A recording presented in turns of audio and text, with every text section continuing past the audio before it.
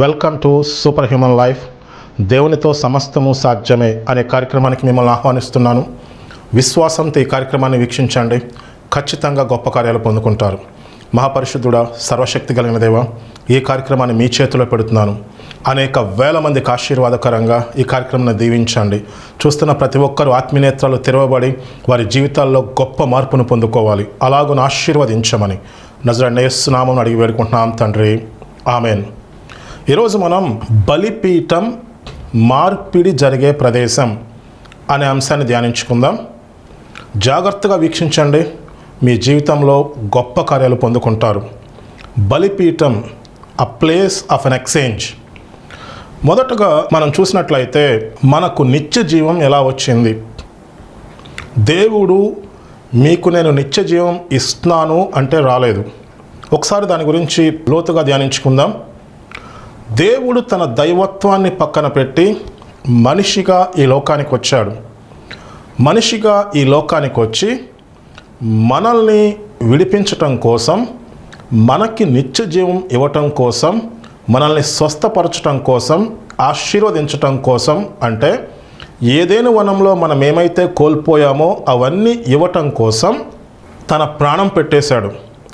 ఆఖరి రక్తబొట్టు వరకు చిందించాడు. తన ప్రాణం పెట్టి దానికి ఎక్స్చేంజ్ ఏంటంటే మనకి స్వస్థత, మనకి ఆశీర్వాదం, మనకి నిత్య జీవం దేవుడిచ్చాడు. బలిపీఠం అంటే ఎక్స్చేంజ్ జరిగే ప్రదేశం, అంటే మార్పిడి జరుగుతుంది. దేవుడు మీకు రక్షణ ఇచ్చాను అని చెప్పాల. మనకి రక్షణ ఇవ్వాలంటే ఆయన ఏం చేశాడంటే తన ప్రాణం పెట్టేశాడు. మనకి రక్షణ రావటం కోసం పరలోకం చాలా అమూల్యమైన వెల చెల్లించాల్సి వచ్చింది, వెల కట్టలేనిది. దేవుడు యవ్వన దశలో తన ప్రాణాన్ని, పరిశుద్ధ రక్తాన్ని మన కోసం చిందించి, అవమానాన్ని సహించి, దారుణమైన పరిస్థితులు మన ఊహకు కూడా అందదు, మనకి ఏడుపు వస్తుంది. మన గురించి దేవుడు ఎంత పని చేశాడని. మనం దేవుని యందు విశ్వాసం ఉంచిన వాళ్ళమైతే చూస్తే ఏడుపు వస్తుంది, తట్టుకోలేం మనం. అంతగా ఎందుకు చేశాడంటే అలా చేయకపోతే మనకి రక్షణ లేదు. ఈ విషయం మీరు కరెక్ట్గా వినాలి. బలిపీఠం మార్పిడి జరిగే ప్రదేశం. మార్పిడి అంటే దేవుడు మన ప్లేస్లో మరణించి మనకి జీవాన్ని ఇచ్చాడు. ఆయన మరణించి దానికి బదులుగా మనందరికీ జీవము, ఆశీర్వాదము, స్వస్థత ఇచ్చాడు. మీరు ఎక్స్చేంజ్ అంటే మీకు అర్థమయ్యే భాషలో చెప్తాను చూడండి. మనం ఒక షాప్కి వెళ్తాం, టీవీ కొనాలి. టీవీ ఒక 20,000 అనుకుందాం. మీరు 20,000 ఆ షాప్ యజమానికి ఇస్తే దానికి ఎక్స్చేంజ్గా ఏమిస్తారు? మీకు టీవీ ఇస్తారు. అలాగే దేవుడు మనల్ని రక్షించటం కోసం, మనకి నిత్య జీవం ఇవ్వటం కోసం ఆయన ఇచ్చిన వెల ఆయన బంగారం ఇవ్వలేదు, వెండి ఇవ్వలేదు, తన ప్రాణం ఇచ్చేశాడు. తన ప్రాణం ఇచ్చేసి మరణాన్ని జయించి తిరిగి లేచి ఇప్పుడు ఆయన దానికి ఏమడిగారంటే ఎవరైతే యేసు ప్రభువుని అంగీకరిస్తారో వాళ్ళందరికీ నిత్య జీవం. అది జరిగింది. ఈ విషయాన్ని మనం జాగ్రత్తగా గమనించాలి. బైబిల్లో చాలా స్పష్టంగా రాయబడిన మాట, నా జనులు జ్ఞానము లేని వారై నశించిపోవచ్చున్నారు. దేవుణ్ణి ఆరాధించాలంటే బలిపీఠం ఉండాలి. బలిపీఠం లేకుండా మనం దేవుణ్ణి ఆరాధించలేము. మనందరం రాజులైన యాజక సమూహం. బైబిల్లో చాలా స్పష్టంగా రాయబడి ఉంది. దేవుడు మనల్ని రాజులైన యాజక సమూహంగా చేశారు. ఎలా చేశారు? చీకట్లో నుంచి ఆశ్చర్యకరమైన తన వెలుగులోకి పిలిచిన వాని గుణాతిశయములను ప్రచురము చేయు నిమిత్తము మనము ఏర్పరచబడిన వంశము, రాజులైన యాజక సమూహము, దేవుని సొత్తైన ప్రజలై ఉన్నాము. రాజులైన యాజక సమూహం, మనమంతా యాజకులమే. మనం యాజక ధర్మం నెరవేర్చాలి, మనం ప్రార్థన చేయాలి, మనం దేవుని పని చేయాలి, యథార్థంగా మన జీవితాన్ని దేవుని చేతిలో పెట్టాలి, మనం దేవుని పనికి ఇవ్వాలి. యాజక ధర్మం నెరవేరిస్తేనే మన జీవితంలో మనం సక్సెస్ అవుతాం. దేవుడు అలా ఏర్పాటు చేశాడు. బలిపీఠం కంపల్సరీ ఉండాలి. ప్రతి గృహంలో బలిపీఠం ఉండాలి. బలిపీఠం అంటే ప్రార్థనా బలిపీఠం. దేవునికి ఒక స్థలము ఉండాలి. మనం ప్రతిరోజు ప్రార్థన చేయాలి, ప్రతిరోజు దేవుని స్తుతించాలి. బలిపీఠం అంటే సాక్రిఫైస్ ఉంటుంది. మీకు బైబిల్లో చూపిస్తాను చూడండి. 2 సమూయేలు 24 అధ్యాయం 24-25 వచనాలు. రాజు, నేను అలాగు తీసుకొనను, వెల ఇచ్చి నీ యొద్ద కొందును, వెల ఇయ్యక నేను తీసుకొనిన దానిని నా దేవుడైన యెహోవాకు దహనబలిగా అర్పించనని అరౌనాతో చెప్పి ఆ కళ్ళమును ఎడ్లను 50 తులముల వెండికి కొనెను. అక్కడ దావీదు యెహోవా నామమున ఒక బలిపీఠము కట్టించి దహన బలులు సమాధాన బలులు అర్పించెను. యెహోవా దేశము కొరకు చేయబడిన విజ్ఞాపనలను ఆలకింపగా ఆ తెగులు ఆగి ఇజ్రాయేలీయులను విడిచిపోయాను. మీరు జాగ్రత్తగా వినండి. ఇజ్రాయేల్ దేశం మీదకి తెగులు వచ్చింది. ఇప్పుడు దేవునికి బలిపీఠం కట్టి దహన బలి సమాధాన బలి అర్పించాలి. రాజు అయిన దావీదు అలా చేద్దామనుకున్నప్పుడు అరౌనా ఏమంటాడంటే, అవన్నీ నీకు ఫ్రీగా ఇచ్చేస్తాను, మీరు దేవునికి దహన బలి సమాధాన బలు అర్పించమంటారు. అప్పుడు రాజు ఇచ్చిన సమాధానం ఏంటంటే, ఊరికే వచ్చిన దాన్ని తీసుకుని నా దేవునికి నేను దహన బలి అర్పించను, నేను వెల ఇచ్చి కొంటానని చెప్పి 50 తూముల వెండికి వాటిని కొన్నారు. ఊరికే దహన బలి అర్పిస్తే అది పని జరగదు అన్న విషయం దావీదుకు తెలుసు. వెల ఇచ్చి 50 తూముల వెండి ఇచ్చి వాటిని కొని అక్కడ దహన బలి సమాధాన బలి అర్పించి దేవునికి ప్రార్థన చేసినప్పుడు దేవుడు ఆ ప్రార్థన ఆలకిస్తాడు, తెగులాగిపోతుంది. బలిపీఠం అనేది మార్పిడి జరిగే ప్రదేశం. వెల ఇయ్యకుండా మనమేం చేయకుండా మనకి ఏమీ రాదు. యేసు ప్రభు బలిపీఠం మీద, కలువరి బలిపీఠం మీద తన ప్రాణం పెట్టేసి దానికి ఎక్స్చేంజ్, దానికి మార్పిడి ఏంటంటే, ఎంతమంది అయితే తను అంగీకరిస్తారో వాళ్ళందరికీ నిత్యజీవం ఇస్తున్నారు. ఇప్పుడు మనం దేవుని దగ్గర నుంచి ఏదైనా పొందుకోవాలంటే మనం ఏం చేయాలంటే, మొదట సజీవ యాగముగా మన జీవితాన్ని దేవుని చేతిలో పెట్టాలి. మన టైం సాక్రిఫైస్ చేయాలి, ప్రార్థన చేయాలి, దేవుని స్తుతించాలి. ఉపవాసం ఉండి ప్రార్థన చేయటం అంటే మీరు సాక్రిఫైస్ చేస్తున్నారు. అలాగే ఊరికే ఏది చేయకూడదు, మనం దేవుని పనికి ఇవ్వాలి. దేవుని పనికి ఇచ్చినప్పుడు దానికి ఎక్స్చేంజ్, దానికి మార్పిడి ఏంటంటే ఆశీర్వాదం, స్వస్థత, దేవుని కాపుదల మనకు వస్తుంది. ఈ విషయం క్రైస్తవులకి చాలామందికి తెలియదు. ఎక్కువ మంది క్రైస్తవులు దేవుని పనికి ఇవ్వటానికి ఇంట్రెస్ట్ చూపించరు. చాలామంది దైవజనులు దేవుని పనికి వారు ఇవ్వాలి అని చెప్పరు. భూమి మీద సువార్త ప్రకటించబడాలి. సువార్త ప్రకటించబడాలంటే 1, మన జీవితాన్ని దేవుని చేతిలో పెట్టాలి సజీవ యాగముగా. 2, ప్రార్థన చేయాలి. 3, దేవుని పనికి మనం ఆర్థికంగా సహకరించాలి. ఏమీ లేని వాళ్ళు కూడా ఇవ్వాలి. పేద విధవరాలు ఒక కాసు ఇచ్చినప్పుడు యేసు ప్రభు చాలా గొప్పగా చెప్తారు, ఈ పేద విధవరాలు ఒక కాసు ఇచ్చింది, అందరికంటే ఏమే ఎక్కువ ఇచ్చింది, అందరి దగ్గర చాలా ఉంది, వాళ్ళకున్న దాంట్లో కొంత ఇచ్చారు, ఈ పేద విధవరాలు తనకున్నదంతా ఇచ్చేసింది, చాలా గొప్ప విషయం అని యేసు ప్రభు చెప్తారు. ప్రతి ఒక్కరూ దేవుని పనికి ఇవ్వాలి. ప్రతి ఒక్కరూ సాక్రిఫైస్ చేయాలి. అది దేవుడు ఏర్పాటు చేసిన విధానం. మనం మంచివాళ్ళం అనిపించుకోవటం కోసం మనం దేవుని పనికి మీరు ఇవ్వొద్దని చెప్పకూడదు, అది చాలా తప్పు. దేవుడు ఏర్పాటు చేసిన విధానాన్ని మనం వేరే రకంగా చేయకూడదు. ఇది అలుసుగా తీసుకుని చాలామంది క్రైస్తవులు అస్సలు దేవుని పనికి ఇవ్వటానికి ఇష్టపడరు.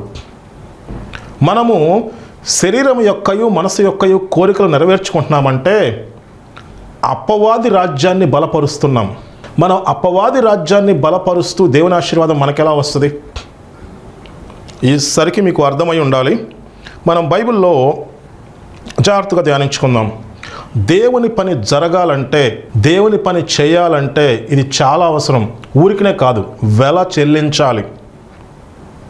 మనం ఆర్థికంగా దేవుని పనికి ఇచ్చినప్పుడు దైవజనులతో సహా ప్రతి ఒక్కరూ మనం దేవుని పనికి ఇచ్చినప్పుడు, మన జీవితాన్ని సజీవయాగంగా దేవుని చేతిలో పెట్టినప్పుడు, మనం టైం కూడా సాక్రిఫైస్ చేసి ప్రార్థన చేస్తూ మనం దేవుని స్తుతిస్తూ దేవుని వాక్యాన్ని ధ్యానిస్తున్నప్పుడు దానికి ఎక్స్చేంజ్గా అభిషేకము, ఆశీర్వాదము, స్వస్థత, అద్భుతమైన కార్యాలు జరుగుతాయి. బైబిల్లో మనం వాక్యాన్ని ధ్యానించుకుందాం. లూకా సువార్త 19వ అధ్యాయము 12 నుంచి నేను చదువుతాను. రాజు కుమారుడు ఒక రాజ్యము సంపాదించుకుని మరలా రావాలనని దూరదేశమునకు ప్రయాణమై తన దాసులను 10 మందిని పిలిచి వారికి 10 మీనాలు ఇచ్చి నేను వచ్చు వరకు వ్యాపారము చేయుడని వారితో చెప్పాను. బైబిల్లో ఉన్నది, మీరు జాగ్రత్తగా చదవండి, నేను మీకు వివరిస్తాను స్పష్టంగా. లూకాసు వార్త 19వ అధ్యాయం 12 నుంచి 14 వచనాలు నేను చదువుతున్నాను. రాజకుమారుడు అంట రాజ్యము సంపాదించుకుని మరలా రావాలని దూరదేశమునకు ప్రయాణమై తన దాసులను 10 మందిని పిలిచి వారికి 10 మీనాలు ఇచ్చి నేను వచ్చు వరకు వ్యాపారము చేయుడని వారితో చెప్పాను. వ్యాపారము ఇంగ్లీష్లో ట్రేడింగ్ అంటారు. దాంట్లో ఉన్న మర్మం ఏంటంటే తన దాసులకు అంటే మనకి దేవుణ్ణి ఎరిగిన వాళ్ళకి 10 మీనాలు ఇచ్చాడు. అంటే మనకేమైతే ఉందో అది దేవుడు ఇచ్చిందనమాట. ఇప్పుడు మనల్ని ఏం చేయమంటున్నారు? దేవుడు వ్యాపారం చేయమంటున్నారు. వ్యాపారం అంటే ట్రేడింగ్. దాని గురించి మీకు స్పష్టంగా చెప్తాను. 14వ వచనం చూడండి. అయితే అతని పట్టణస్థులు అతన్ని ద్వేషించి ఇతడు మమ్ము నేలుటకు మాకిష్టము లేదని అతని వెనక రాయబారము పంపిరి. అతని పట్టణస్థులు అంటే ఈ లోకం దేవుణ్ణి తిరస్కరించింది. ఈయన మాకు దేవుడు కాదని చెప్పారు. దేవుడు ఏం చేశాడంటే తన దాసులకు, తను అంగీకరించిన వాళ్ళకి, మనకి 10 మీనాలు ఇచ్చి, అంటే మనకేమైతే ఉందో అది దేవుడు ఇచ్చిందే, దాంతో వ్యాపారం చేయండి, దాంతో ట్రేడింగ్ చేయండి. ట్రేడింగ్ అంటే ఏంటో తెలుసా? దేవుడు మనకిచ్చింది మనం దేవుని చేతిలో పెడితే, దేవుని బలిపీఠం మీద పెడితే దానికి ఎక్స్చేంజ్గా దేవుడు అభిషేకం ఇస్తాడు, ఆశీర్వాదం వస్తుంది, అద్భుతమైన కార్యాలు జరుగుతాయి. అలాగే దేవుని పరిచర్య ముందుకెళ్తుంది. యేసు ప్రభు చెప్పింది అదే. దేవుని రాజ్యం ఎప్పుడు వస్తుంది, ఇప్పుడే వచ్చేస్తుందా అంటే దానికి యేసు ప్రభు చెప్పాడు. లూకాసు వార్త 19వ అధ్యాయం మీరు జాగ్రత్తగా చదవండి. దేవుని పరిచర్య ఎలా జరుగుతుందంటే మీకున్న దాంతో మీరు వ్యాపారం చేయండి, మీకున్న దాంతో మీరు ట్రేడింగ్ చేయండి. ట్రేడింగ్ అంటే మనకున్న విలువైంది మనం దేవుని చేతిలో పెడితే దానికి ఎక్స్చేంజ్గా దేవుడు మనకి అభిషేకం ఇస్తాడు, దేవుడు మనకి పరిచర్య ఇస్తాడు. మన పరిచర్యలో అద్భుతమైన కార్యాలు జరుగుతాయి, దేవుని ఆశీర్వాదం వస్తుంది, దేవుని రాజ్యం విస్తరిస్తుంది. అది సంగతి. ఈ విషయం మనం తెలుసుకోవాలి. మన విలువైనది అంటే మన జీవితాన్ని దేవుని చేతిలో పెట్టాలి. విలువైంది మన జీవితం సజీవ యాగముగా దేవుని చేతిలో పెట్టాలి. విలువైన సమయం దేవునికి వెచ్చించాలి, దేవుని వాక్యం ధ్యానించాలి, ప్రార్థన చేయాలి. ఉపవాసం ఉండి ప్రార్థన చేస్తున్నామంటే వెల చెల్లిస్తున్నాం. మనం దేవుని పనికి ఇవ్వాలి. మనం అలా ఇచ్చినప్పుడు ఏంటంటే దేవుని రాజ్యం విస్తరిస్తుంది, ఊరికే ఏమీ రాదు. బలిపీఠం లేకుండా దేవునితో కనెక్షన్ ఉండదు. బలిపీఠం అంటే నేను ప్రార్థన బలిపీఠం గురించి మాట్లాడుతున్నాను. దేవునితో సంబంధం ఏదైనా ఉంది అంటే బలిపీఠం ద్వారానే. అసలు బలిపీఠం అంటే చాలా లోతైన మీనింగ్ ఏంటంటే మీ ఇంట్లో దేవునికి బలిపీఠం ఉంటే మీ ఇంటికి పరలోకానికి మధ్య ఒక ద్వారం ఉంది. నువ్వు నీ జీవితాన్ని సజీవ యాగంగా దేవుని చేతిలో పెడితే నువ్వే దేవుని యొక్క బలిపీఠం. నీకు పరలోకానికి మధ్య కనెక్షన్ ఉంది, దేవుడు నీతో మాట్లాడతాడు. నువ్వు దేవుని ఆత్మచేత నింపబడి ఉంటావు, నువ్వు దేవుడు చెప్పింది చేస్తావు. అది సంగతి. బలిపీఠం లేకుండా ఏమీ ఉండదు. దేవుడు ఈ లోకానికి వచ్చినప్పుడు ఈ లోకంలో ఉన్న అన్ని రూల్స్ దేవుడు పాటించాలి, అంతే కదా. యేసు ప్రభు దైవత్వాన్ని పక్కన పెట్టి ఈ లోకానికి వచ్చాడు. ఈ లోకానికి వచ్చినప్పుడు ఈ లోకంలో ఏ నియమాలు ఉన్నాయో అవి పాటించాలి. యేసు ప్రభు అవన్నీ పాటించాడు. బైబిల్లో చాలా స్పష్టంగా రాయబడి ఉంది. ఆయన మనల్ని విడిపించాలంటే వెల చెల్లించాలి, శ్రేష్టమైనది. తన ప్రాణం ఇచ్చేసి దానికి బదులుగా మనందరినీ దేవుడు రక్షిస్తున్నాడు. ఇప్పుడు మనం దేవుని పని చేయాలంటే మనం శ్రేష్టమనేది దేవుని బలిపీఠం మీద ఇచ్చేస్తే అప్పుడు మనకి పరిచర్య వస్తుంది, గొప్ప పరిచర్య వస్తుంది, అభిషేకం వస్తుంది. మన పరిచర్యలో అద్భుతమైన కార్యాలు జరుగుతాయి, పరిచర్య విస్తరిస్తుంది.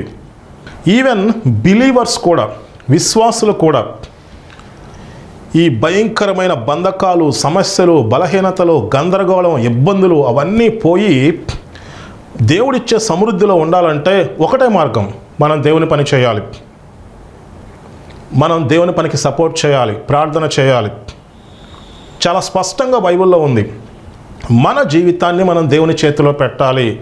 దేవుని పని కోసం మనం ప్రార్థన చేయాలి. అందరూ దేవుని పనికి ఆర్థికంగా సహకరించాలి. శ్రేష్టమైంది మనం బలిపీఠం మీద పెట్టినప్పుడు, దేవునికి ఇచ్చినప్పుడు, తద్వారా దేవుని యొక్క ఆశీర్వాదం మన జీవితంలోకి వస్తుంది. స్వస్థత కార్యాలు మన జీవితాల్లో జరుగుతాయి. మనం దేవుని చిత్తాన్ని నెరవేరుస్తాం. అది దేవుడు ఏర్పాటు చేసింది. మీరు చూడండి, మనం లోకాసు వార్త 19వ అధ్యాయంలో ఉన్నాం. 16 నుంచి చూసుకుంటే, మొదటివాడు ఆయన ఎదుటకు వచ్చి, అయ్యా, నీ మీనా వలన 10 మీనాలు లభించినని చెప్పగా, అతడు, బలా నమ్మకమైన మంచి దాసుడా, నీవు ఈ కొంచెంలో నమ్మకంగా ఉంటివి గనుక 10 పట్టణముల మీద అధికారమై ఉండమని వారితో చెప్పాను. అంతటా రెండవ వాడు వచ్చి, అయ్యా, నీ మీనా వలన 5 మీనాలు లభించినని చెప్పగా, అతడు, నీవును 5 పట్టణముల మీద ఉండమని అతనితో చెప్పాను. దేవుడు నీకు ఇచ్చిన దాంతో నమ్మకంగా ఉంటే, ముఖ్యంగా నువ్వు ధనం విషయంలో నమ్మకంగా ఉంటే, లూకాసు వార్త 16వ అధ్యాయం 11వ వచనం, ఈ లోక ధనం విషయంలో నువ్వు నమ్మకంగా ఉంటే దేవుడు సత్యమైన ధనం నీకు ఇస్తాడు. మన దగ్గర ఉన్నదంతా దేవుడు ఇచ్చిందే. దాంతో దేవుడు వ్యాపారం చేయమన్నాడు. ట్రేడింగ్ అంటే దేవునికి ఇవ్వమంటున్నాడు. దేవుని బలిపీఠం మీద మనం విలువైంది ఇవ్వాలి. మన జీవితాన్ని దేవుని చేతిలో పెట్టాలి. విలువైన సమయం దేవుని చేతిలో పెట్టాలి. మనకున్న ధనం దేవుని చేతిలో పెట్టాలి. అలా పెట్టినప్పుడు ఏంటంటే, అలా నువ్వు సాక్రిఫైస్ చేస్తేనే దానికి బదులుగా ఆశీర్వాదం, స్వస్థత, దేవుని కాపుదల, అలాగే దేవుని పరిచర్య, నీ పరిచర్య పెరుగుతుంది. అద్భుతమైన కార్యాలు జరుగుతాయి. దేవుని చిత్తం నెరవేర్చబడుతుంది. అందరూ మనం దేవుని చిత్తాన్ని నెరవేర్చడానికే ఉన్నాం. దేవుని చిత్తాన్ని నెరవేర్చట్లేదంటే మనం అపవాది పని చేస్తున్నాం. మనం దేవుని పనికి ఇవ్వట్లేదంటే మనం అపవాది పనికి ఇస్తున్నాం. మనం శరీరం యొక్కయు మనసు యొక్కయు కోరికలు నెరవేర్చుకుంటున్నామంటే అపవాది పనికి ఇచ్చేస్తున్నాం. మనం అపవాది పనికి ఇచ్చేసి అనేక మంది బంధకాల్లో, సమస్యల్లో జీవిస్తూ ఉంటారు. దేవుని నిర్లక్ష్యం చేస్తారు. కొంచెం ఆశీర్వాదం వస్తే, కొంచెం మంచి పొజిషన్ వస్తే, చాలామంది నేను క్రైస్తవులను గమనించాను, దేవునికి దూరం అయిపోయి దేవుని పనికి సపోర్ట్ చేయకుండా, దేవునికి దూరం అయిపోయి ప్రార్థన చేయకుండా, దేవుని పనికి సహకరించకుండా చాలా తెలివిగా ప్రవర్తిస్తూ ఉంటారు. వీళ్ళకు ఒక విషయం తెలియట్లా, మనం ఎక్కువ ఆశీర్వదించబడితే ఎక్కువ దేవుని కాపుదల కావాలి. ఇంకా ఎక్కువ మనం ప్రార్థన చేయాలి. ఇంకా ఎక్కువ మనం దేవుని పనికి సపోర్ట్ చేయాలి. మీరు దావీదును గమనించారా? దావీదు యవన దశలో ఉన్నప్పుడు దేవుణ్ణి స్తుతించాడు, దేవుణ్ణి ఘనపరిచాడు, తన జీవితాన్ని దేవుని చేతిలో పెట్టాడు. తను రాజు అయిన తర్వాత ఏం చేశాడు? అమ్మాయ, రాజు అయిపోయాం, ఎన్నాళ్ళు ప్రార్థన చేసిన చాలు, ఇక ఈ ప్రార్థన వద్దు, ఈ చర్చి వద్దని మానేశాడా? చాలామంది క్రైస్తవులు అజ్ఞానంతో ఆ పని చేస్తున్నారు. దావీదు రాజు అయిన తర్వాత దేవుని మందసాన్ని తీసుకువచ్చి నిత్యము 24 గంటలు స్తుతించడానికి, అంటే 3 షిఫ్ట్లు అనమాట. 8 గంటలు ఒక షిఫ్ట్, ఇంకో 8 గంటలు ఇంకో షిఫ్ట్, అలా 3 షిఫ్ట్లు. 24 గంటలు దేవుని స్తుతించడానికి, స్తుతించే వారిని, వాయిద్యాలు వాయించేవారిని ఏర్పాటు చేస్తారు. ఎంతమందిని తెలుసా? 5,000 మందిని. ఎప్పుడు దేవుని స్తుతిస్తూనే ఉంటారు. 24 గంటలు యెరూషలేములో దావీదు రాజ్య పరిపాలన చేస్తున్నప్పుడు దేవుని స్తుతిస్తూ, ఘనపరుస్తూ, రాత్రి మవళ్ళు స్తుతిస్తూనే ఉంటారు. దావీదు కూడా దినముకు 7 మార్లు దేవుని స్తుతించేవారు, 3 మార్లు ప్రార్థన చేసేవారు. అవును, దావీదు రాజయ్యాడు కదా, గొప్పవాడు అయిపోయాడు కదా, ఇంకెందుకు ప్రార్థన? దావీదుకు ఒక విషయం తెలుసు, ఆశీర్వాదం వచ్చినప్పుడు, గొప్పవాడైనప్పుడు ఇంకెక్కువ దేవుని స్తుతించాలి, ఇంకా ఎక్కువ దేవుణ్ణి ఘనపరచాలి. ఆ విషయం సౌలుకు తెలియదు. ఆ విషయం చాలామంది క్రైస్తవులకు తెలియదు. ఆ సౌలుకు తెలియదు కాబట్టే అంత గొప్ప అవకాశాన్ని పోగొట్టుకున్నారు. తరతరాలు రాజులుగా ఉండాల్సిన ఆ సౌలు వంశం అక్కడితో అయిపోతుంది. మనం ఈ లోకంలో ఆశీర్వదించబడాలంటే మనం ఖచ్చితంగా దేవుని పనే చేయాలి. దానికి వేరే ఆప్షన్ లేదు. మనం రాజులైన యాజక సమూహం, మన యాజక ధర్మాన్ని నెరవేర్చాలి, దేవుని స్తుతించాలి, ప్రార్థన చేయాలి, దేవుని పని చేయాలి, లేకపోతే దేవుని పనికి సపోర్ట్ చేయాలి. అది ఖచ్చితంగా చేయాలి. మనం ఆశీర్వదించబడ్డామా, ఇంకెక్కువ స్తుతించాలి, ఇంకెక్కువ కనపరచాలి, ఇంకెక్కువ దేవుని పనికి ఇస్తూ ఉండాలి. మీరు దావీదు జీవితాన్ని గమనించండి, అది మనం చేయాలి. ఇలా నమ్మకంగా ఉన్న వారికి దేవుడు ఏం చేస్తారో తెలుసా? మనం ఇప్పుడే చదువుకున్నాం, నువ్వు కొంచెంలో నమ్మకంగా ఉన్నావు కాబట్టి 10 పట్టణాల మీద నేను నిన్ను నియమిస్తాను. చూసారా, మనం నమ్మకంగా ఉన్నామంటే దేవుడు మనకి ఇచ్చిన దాంతో మనం వ్యాపారం, ట్రేడింగ్ అంటే దేవుని బలిపీఠం మీద పెట్టామంటే, మన జీవితాన్ని దేవుని చేతిలో పెట్టామంటే తద్వారా చాలా గొప్ప కార్యాలు జరుగుతాయి. చాలామంది ఆశీర్వదించబడతారు, జీవముగల దేవుని తెలుసుకుంటారు. దేవుడు ఏమంటాడంటే, బడా నమ్మకమైన మంచి దాసుడా, నువ్వు కొంచెంలో నమ్మకంగా ఉన్నావు కాబట్టి నేను 10 పట్టణాల మీద నియమిస్తాను. 10 పట్టణాల మీద అంటే నువ్వు ఇప్పుడు ఒక చోటే చిన్నగా పరిచర్య చేస్తున్నావు, నీ పరిచర్యను 10 పట్టణాలకు నేను విస్తరిస్తున్నాను. అది దేవుడు చెప్పింది. అలా ప్రతి ఒక్కరూ మనం దేవుని పని చేయటానికి ఉన్నాం. ఇంకా మనం గమనించినట్లయితే దేవుని పనికి ఇచ్చేటప్పుడు, దేవుని పని చేసేటప్పుడు మంచి హృదయంతో మనం చేయాలి. మీరు మత్తయి సువార్త 5వ అధ్యాయం 23 నుంచి 25 వరకు ఒకసారి నేను చదువుతాను, చూడండి.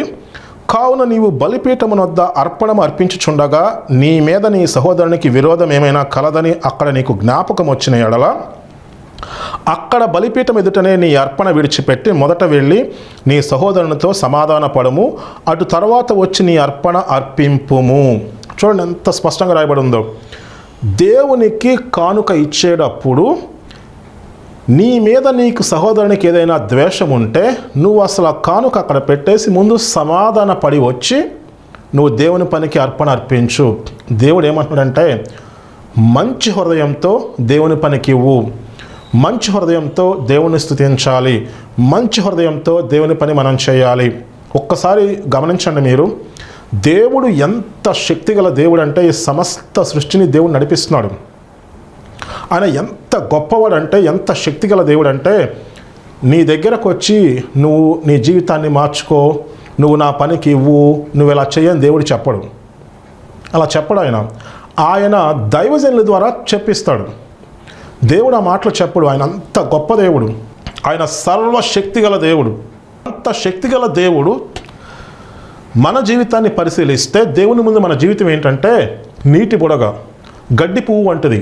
ఒక దేశాన్ని పరిపాలించే రాజు అయినా సరే మంచి హృదయంతో యథార్థంగా దేవుని సన్నిధిలో మోకరించి ప్రార్థన చేయాలి. మంచి హృదయంతో దేవునికి మనం కానుకలు ఇవ్వాలి. మంచి హృదయంతో మన జీవితాన్ని దేవుని చేతిలో పెట్టాలి. ఎందుకంటే ఆయన ఒక్కడే అర్హుడు. మనం స్తుతించటానికి, మన స్తుతులు పొందుకోవటానికి, లేకపోతే మనం చేసిన త్యాగం ఏదైనా పొందుకోవటానికి దేవుడు ఒక్కడే అర్హుడు. సంతోషంగా, ఆనందంగా మనం దేవుని పనికి ఇవ్వాలి. సంతోషంగా మనం దేవుని పని చేయాలి. మంచి హృదయంతో ప్రార్థన చేయాలి. అలా చేయాలి. అలా చేసినప్పుడు ఏంటంటే ఇది చాలా శక్తివంతంగా ఉంటుంది. అలా చేయకపోతే ఏమవుతుందంటే, మనం చదువుకున్న వాక్యంలో మత్తయి సువార్త 5వ అధ్యాయము 25వ వచనం నుంచి చూడండి. నీ ప్రతివాదితో నువ్వు త్రోవలో ఉండగానే త్వరగా వానితో సమాధాన పడము, లేని ఎడల ఒకవేళ ప్రతివాది నిన్ను న్యాయాధిపతికి అప్పగించును, న్యాయాధిపతి నిన్ను బంట్రోతుకు అప్పగించును, అంతటి నీవు చెరసాల్లో వేయబడదువు. ప్రతివాది, ఇక్కడ అపవాది గురించి మాట్లాడబడుతుంది. అపవాది ఏంటంటే రాత్రింబవళ్ళు మన సహోదరుల మీద నేరం మోపుతున్నాడు దేవుని ఎదుట. చాలామంది క్రైస్తవులు చాలా తెలివిగా ప్రవర్తిస్తూ ఉంటారు. దేవుని మాట కాదని దేవుని పనికి ఇవ్వకుండా, యథార్థంగా లేకుండా లోకానుసారంగా జీవించేస్తూ ఉంటారు. ఇష్టం వచ్చినట్టు జీవించేస్తూ ఉంటారు, ఇష్టం వచ్చినట్టు చేస్తూ ఉంటారు. దేవుణ్ణి చాలా చులకన చేస్తూ ఉంటారు. అపవాది ఏం చేస్తాడంటే రాత్రింబవళ్ళు వాళ్ళ మీద నేరం మోపుతాడు. నేరం మోపి వాళ్ళ జీవితాన్ని చిందరబందర చేసేస్తున్నాడు. ఆర్థికంగా బలహీనతలు, కుటుంబ పరంగా చిందరమందర చేసేస్తున్నాడు. ఇప్పుడు వాళ్ళు ప్రార్థన చేస్తారు, దేవా నన్ను ఆశీర్వదించు, దేవా నాకు అది చేయి, దేవా నన్ను దీవించని ప్రార్థన చేస్తారు. ప్రార్థన చేసిన సమస్యలు పోవు, ఇంకెక్కువ అవుతూ ఉంటాయి. ఎందుకో చెప్పనా, అపవాది వాళ్ళ మీద నేరాలు మోపుతున్నాడు. మనం దేవుని మాట కాదని లోకానుసారంగా ప్రవర్తిస్తే ఏమవుతుంది చెప్పనా, ఆజ్ఞ అతిక్రమము పాపము, పాపము వలన వచ్చు జీతము మరణము. మనం శరీర కోరికలు, మనసు యొక్క కోరికలు నెరవేర్చుకుంటూ ఇష్టానుసారంగా జీవిస్తూ, లోకంలో జీవిస్తూ, దేవుని పని చేయకుండా, ప్రార్థన చేయకుండా, మన జీవితాన్ని దేవుని చేతిలో పెట్టకుండా మనం ఉన్నామనుకోండి, ఆజ్ఞ అతిక్రమము పాపము, పాపం వలన వచ్చు జీతము మరణము. మరణం అంటే ఏంటో తెలుసా, ఆర్థిక సమస్యలు వస్తాయి, బలహీనతలు వస్తాయి, కుటుంబం అంతా చిందరబందర అయిపోద్ది. అలా అలా చివరికి నరకానికి వెళ్తారు. అదే మరణం. దాని సిమ్టమ్స్ అన్నీ ఇక్కడే ఉంటాయి. జీవం అంటే ఏంటో తెలుసా, నువ్వు దేవుని మాట వింటున్నావు, దేవుడు చెప్పింది చేస్తున్నావు, దేవుని మార్గంలో ఉన్నావు, దేవుని ఆశీర్వాదం నీకు వస్తుంది, స్వస్థత నీకు వస్తుంది, కుటుంబంలో నెమ్మది ఉంటుంది, నువ్వు గొప్పగా ఆశీర్వదించబడి దేవుని చిత్తాన్ని నెరవేరుస్తావు, నువ్వు దేవుని పని చేస్తావు, నువ్వు దేవుని చిత్తాన్ని నెరవేర్చి దేవుని నామానికి మహిమకరంగా జీవిస్తావు. అలా నువ్వు నిత్య జీవాన్ని పొందుకుంటావు. అలా 2 మార్గాలు దేవుడు ఏర్పాటు చేశాడు.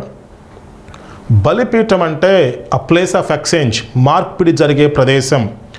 దేవుడు తన ప్రాణం పెట్టేసి దానికి బదులుగా మనందరికీ నిత్య జీవం ఇస్తున్నాడు.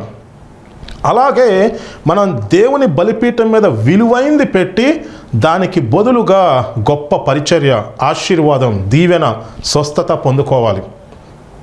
విలువైందంటే నీ జీవితం దేవుని చేతిలో పెట్టేయచ్చు, విలువైన సమయం దేవుని చేతిలో పెట్టాలి, ఖచ్చితంగా దేవుని పనికి ఆర్థికంగా సపోర్ట్ చేయాలి, అది చాలా ముఖ్యమైనది. అలా విలువైంది నువ్వు దేవుని చేతిలో పెట్టినప్పుడు దానికి ఎక్స్చేంజ్ అన్నమాట.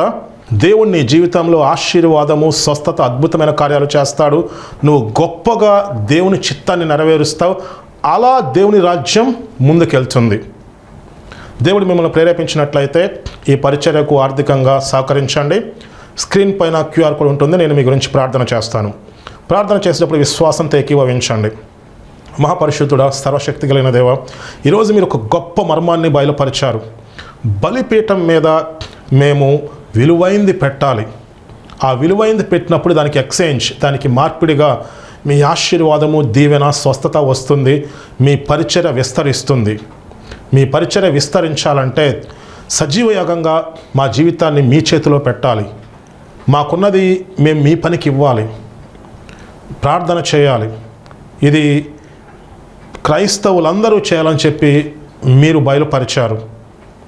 అలా ప్రతి ఒక్కరూ మీ పని చేస్తూ గొప్ప కార్యాలు పొందుకోవడానికి సహాయం దయచేయండి.